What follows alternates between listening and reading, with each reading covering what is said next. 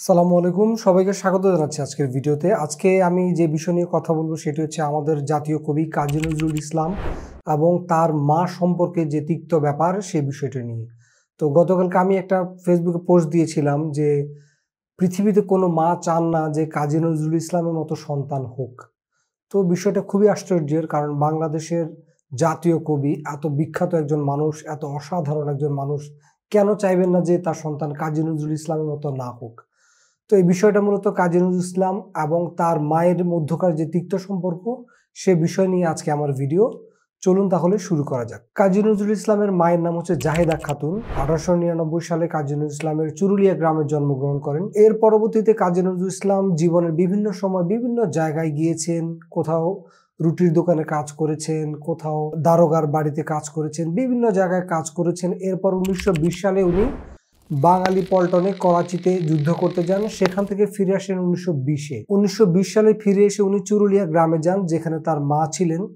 তার বাবা মারা যাওয়ার পরবর্তীতে ওনার মা ওনাদের গ্রামেই থাকতেন, চুরুলিয়া গ্রামে থাকতেন।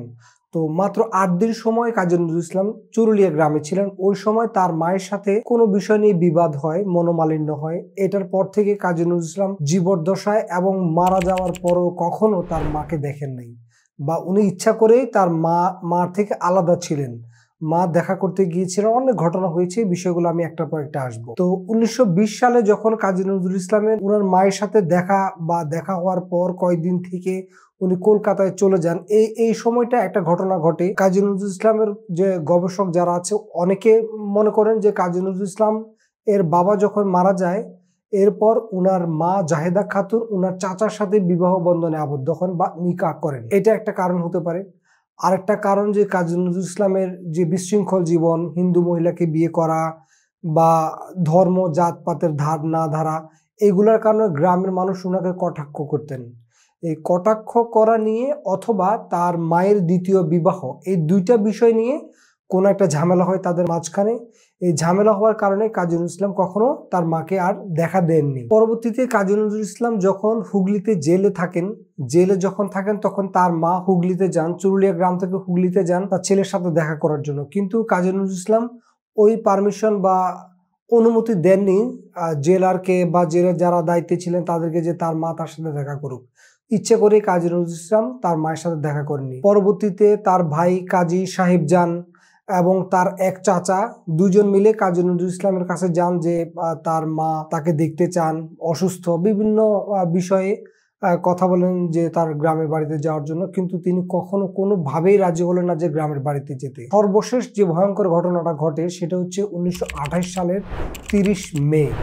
এই 30 মেতে কাজী নজরুল ইসলামের মা জাহেদা খাতুন ইন্তেকাল করেন। তো যখন উনি ইন্তেকাল করেন, কাজী নজরুল ইসলাম কিন্তু জানতেন। এই খবর পাওয়ার পরও কিন্তু কাজী নজরুল ইসলাম তার মাকে দেখতে যান নাই। তো এই যে দেখেন 1920 সাল থেকে 1928 সাল পর্যন্ত এই লম্বা একটা সময় মা এবং সন্তানের কোনো যোগাযোগ ছিল না। যদিও মায়ের পক্ষ থেকে যোগাযোগ করার চেষ্টা করা হয়েছে, কিন্তু কাজী নজরুল ইসলাম কখনোই তার মাকে দেখা দেননি বা দেখা করার সেই সুযোগটা করে দেননি। এর পরবর্তীতে কিন্তু কাজী নজরুল ইসলাম অনেক মহিলাকে মা ডেকেছেন। আমার জানা মতো 6 জন মহিলাকে উনি মা ডেকেছেন। উনি মায়ের যে কষ্ট, যে বেদনা, এই ব্যাপারগুলা থেকে কিন্তু উনি একটা আঘাত পেয়েছেন। এবং আমার ধারণা এটা যে উনি অসুস্থ হয়েছেন, যে দুরারোগ্য ব্যাধিতে পিক্স ডিজিজে উনি আক্রান্ত হয়েছেন, এখানে কিন্তু তার মায়ের একটা ইম্প্যাক্ট থাকলেও থাকতে পারে।